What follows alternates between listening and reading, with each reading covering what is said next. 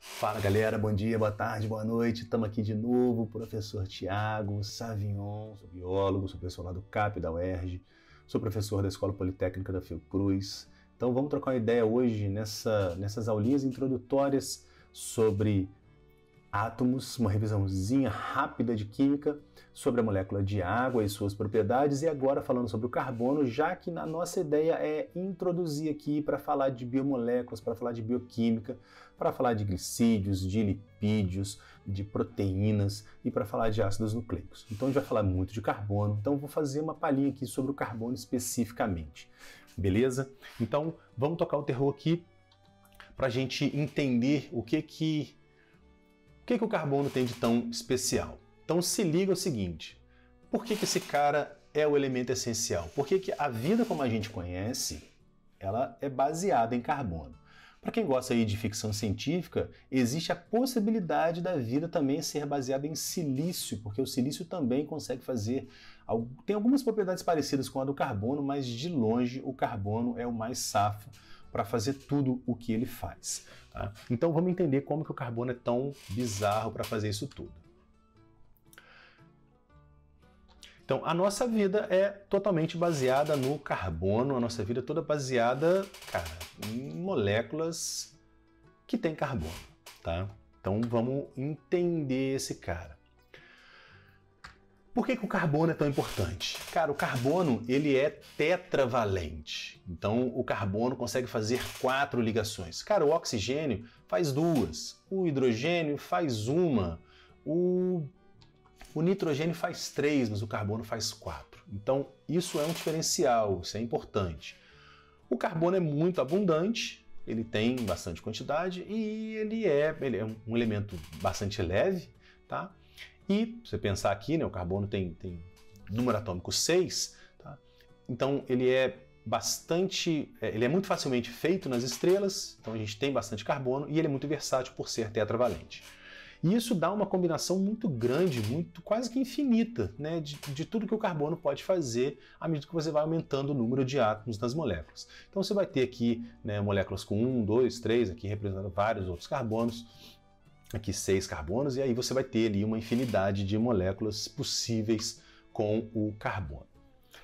Até um tempo atrás, e aí estou falando de coisa de 200 anos, existia a ideia de que os seres vivos apresentavam uma força vital, algo que, cara, sei lá, que determinasse a vida.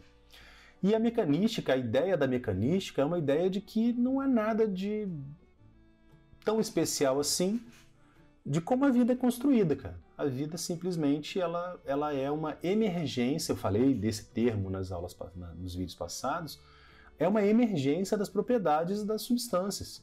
Tá? Então, esse cara, o Stanley Miller, ele propôs um experimento para mostrar que essas moléculas elas não tinham nada especial e elas poderiam ser feitas dadas condições mínimas. Se acreditava nessa época, e esse artigo ele já foi refutado, tá, gente? Se mostrou vários erros metodológicos e tal. Mas ele é um artigo bem clássico de 1953 desse cara, no início do doutorado dele ele consegue fazer isso. Então o que ele faz? Ele está simulando aqui como que deveria ser o planeta 3 ponto alguma coisa, 4 bilhões de anos atrás. Então a ideia é que tinha água, essa água estava aquecida por atividades vulcânicas principalmente, e na atmosfera do planeta existia hidrogênio, metano e amônia, além do vapor d'água, né, dessa água sendo aquecida e constantemente produzindo vapor d'água. Então ele simulou isso num ambiente completamente fechado.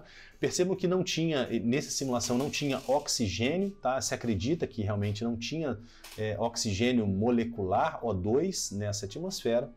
E aí ele lança faíscas, tá? Ele lança faíscas para simular relâmpagos, tá? Que é um chute, né? Em termos de energia, a quantidade de energia de um relâmpago é uma faísca. Mas ele lança faíscas e aí isso passa por um condensador, isso de vapor volta para líquido. E aí ele recolhe de tempos em tempos, ele deixou isso aqui rodando, sei lá, uma semana, 10 dias, e ele recolheu isso e ele observou que vários compostos orgânicos foram produzidos aqui. Então mostrando que o composto orgânico ele é produzido a despeito de você ter ali vida e alguma coisa que crie essa vida. Tá? Então pelo menos ele mostra isso. já é um avanço. Uma outra propriedade bastante interessante é a isomeria. O que é isomeria? Isomeria é quando você tem a mesma fórmula molecular, a mesma constituição de átomos dentro daquelas moléculas, mas você tem estruturas tridimensionais diferentes. O arranjo dos átomos é diferente. Se você pensar em qualquer molécula orgânica mais complexa do que o propano, que é C3H8, que é um gás com 3 átomos de carbono e 8 átomos de hidrogênio, se você pensar em qualquer molécula mais complexa do que essa, você tem um isômero. Tá? Também é uma propriedade emergente da matéria. Tá? E a gente vai ver que isso é bastante importante. A gente pode falar em 3 tipos de isomeria. Então você tem uma isomeria estrutural, então você vai ter uma fórmula igual, mas a ordem está diferente. Então você tem aqui o pentano, né? São 5 átomos de carbono e 12 átomos de hidrogênio. E você vai ter aqui o 2-metilbutano, tem a mesma quantidade de carbono, a mesma quantidade de hidrogênio, mas você vai ter uma molécula diferente, com propriedades químicas, com propriedades físicas diferentes. Você pode falar em isomeria cis-trans. O que é isso, professor? Cara, quando essa molécula tem, por exemplo, uma dupla ligação, o que acontece é que essa dupla ligação, ela trava muito a molécula. A molécula não consegue ficar girando sobre o próprio eixo. Então essa molécula está travada. Nesse caso aqui, você vai ter uma ligação dupla entre os 2 átomos de carbono. E aí, se você tiver os mesmos compostos de um mesmo lado, você vai ter um isômero chamado cis. Se eles estiverem transversais, você vai ter um isômero trans. Então, algumas moléculas são isômeros cis e algumas moléculas são isômeros trans. A gente, quando falar, por exemplo, em ácidos graxos trans ou gordura trans, a gente vai entender exatamente isso aqui. Então, a gordura trans é um tipo de gordura cis é um outro tipo de gordura. Tá? E elas têm, por exemplo, efeitos no corpo da gente diferentes. Tá? E os enantiômeros, eles têm fórmula igual, mas você vai ter a imagem, o isômero enantiômero é uma imagem espelhada em torno de um carbono central, de um carbono específico. Tá? Então, a nossa palma da mão, ela é um isômero, você não consegue... a nossa palma da mão é uma imagem espelhada uma da outra. Tá? Então, se você colocar a palma voltada, nesse caso, para mim, e você colocar uma em cima da outra, elas não se sobrepõem. Tá? Então, essa é um enantiômero. Cara, e enantiômero é uma parada muito bizarra, porque, cara, você tem, por exemplo, para quem já tomou ibuprofeno, é um remédio para dor de cabeça, ele é um anti-inflamatório, reduz a dor. Se você tiver o enantiômero do tipo S, ele é eficaz. Ótimo. O enantiômero R, que é isso, eu estou falando, né, 2 tipos de enantiômero diferentes, não precisa entrar nesse detalhe aqui, ele praticamente não tem efeito. Então a indústria produz uma certa quantidade na cápsula, no comprimido que você toma, do enantiômero S do ibuprofeno e não do enantiômero R. Porque se você tomar desse cara aqui, se der um problema na linha de produção e produzir esse cara aqui, você não vai ter efeito praticamente nenhum. Nesse caso aqui, o albuterol, ele relaxa a musculatura brônquica, tá? Então ele melhora para quem tem asma, por exemplo. Então o R-albuterol tem efeito, o S-albuterol ele inativa, ele não tem efeito e ele inativa o R. Então, simplesmente o que está falando aqui é um enantiômero, é uma imagem espelhada de um do outro e você tem esse tipo de efeito. Os seres vivos, eles tendem a usar, ao longo da evolução, deve ter sido selecionado, tá? Já explicando aqui como se explica isso, a evolução deve ter selecionado tipos de isômeros que são usados dentro dos organismos. Então, os açúcares são isômeros do tipo D, então você tem D-glicose, D-pentose, D-ribose, D não sei o quê. E os aminoácidos são do tipo L, aí não vou entrar em detalhe do porquê que essa nomenclatura D e L. Tá? Os aminoácidos, como as proteínas, são todos L-aminoácidos. Cara, ao longo da evolução eles devem ter sido selecionados de maneira bem diferente. Opa. E aí a gente tem, para finalizar, a gente tem como manipular esses grupos de moléculas contendo carbono com grupos de átomos que vão dar características bem distintas para essas moléculas. São chamados de grupos funcionais. São grupos químicos que vão gerar ali uma modificação nessa molécula e dar uma propriedade química, uma propriedade física diferente para essa molécula. Então, por exemplo, cara, você pode adicionar numa molécula uma hidroxila. Se você adicionar uma hidroxila, esse OH, e aí você pode representar como HO ou OH, tá? Eu gosto mais de representar como OH, desse jeito aqui. Se você adicionar uma hidroxila numa molécula, você muda essa molécula. Então, o etanol, por exemplo, as moléculas que têm uma hidroxila são sempre chamadas de álcoois. Tá? Então, são o etanol, né, o álcool que a gente tem na cerveja, tem no vinho, o álcool 70 para lavar a mão agora, na época da Covid e tal. Bom, quando você adiciona uma carbonila numa cadeia de carbonos, carbonila SC-O, você pode adicionar essa carbonila de duas maneiras diferentes. Você pode adicionar essa carbonila no meio de uma cadeia de carbonos. Então aqui, por exemplo, e obviamente você tem que ter mais de 3 carbonos, né? Você não pode ter 2 carbonos, senão você não tem o meio dela. Então você vai ter ali uma acetona, por exemplo. Nesse caso é a acetona mais simples que existe, tá? Que a galera usa para tirar esmalte da unha, por exemplo. Tá? É um bom solvente. Se essa carbonila estiver no final de uma cadeia, então você vai ter ali uma função química chamada de aldeído. Cara, tem propriedades químicas e físicas diferentes. Se você somar todos os átomos que tem na acetona e tem no propanal, cara, são os mesmos, são isômeros, e você vai ter ali estruturas diferentes, propriedades físicas e químicas diferentes. Se você aumenta ainda mais a oxidação e gera agora um grupo carboxila, você vai ter ali um C-O-OH. Então você tem uma carbonila e uma hidroxila no mesmo carbono. Então você não fala uma carbonila e uma hidroxila, você fala uma carboxila, tá? Você junta esses dois grupos e aí você vai ter sempre, toda molécula que tem um grupo carboxila, ele é um ácido orgânico ou um ácido carboxílico. Então, cara, a gente tem exemplo disso na nossa casa. O vinagre, ele é composto por ácido acético. Então, esse cara, ele dá aquele caráter ácido nos alimentos por conta da liberação desse hidrogênio aqui. A gente vai falar disso mais em alguma outra aula. Tá? Na sua forma ionizada, tá aqui, né? O H+, a gente vai demonstrar melhor isso em outras aulas. Um outro grupo funcional muito interessante, que aparece, por exemplo, nas proteínas, né, nos aminoácidos, é o grupamento amino, esse grupamento NH2. Né, esse grupamento NH2, ele atua como ali uma base, porque ele consegue receber um próton, esse nitrogênio, ele pode receber um próton, então ele funciona como uma base.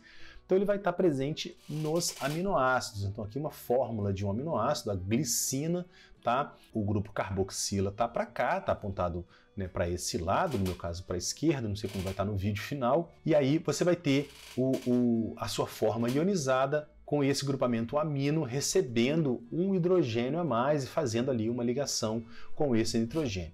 Isso vai ser bastante importante quando a gente falar de proteína. Um outro grupo que a gente vai fala menos um pouquinho aqui no ensino médio, mas a gente consegue falar também, especialmente nas proteínas, é o grupo sulfidrila, tá? Que é o grupo que contém enxofre. Tá? Isso vai estar, por exemplo, no aminoácido cisteína. Isso vai ser extremamente importante para a estrutura final de algumas proteínas que a gente tem que dependem desse grupamento sulfidrila, desse ESH, né? Um enxofre com hidrogênio, tá? Para manter a estrutura terciária de determinadas proteínas.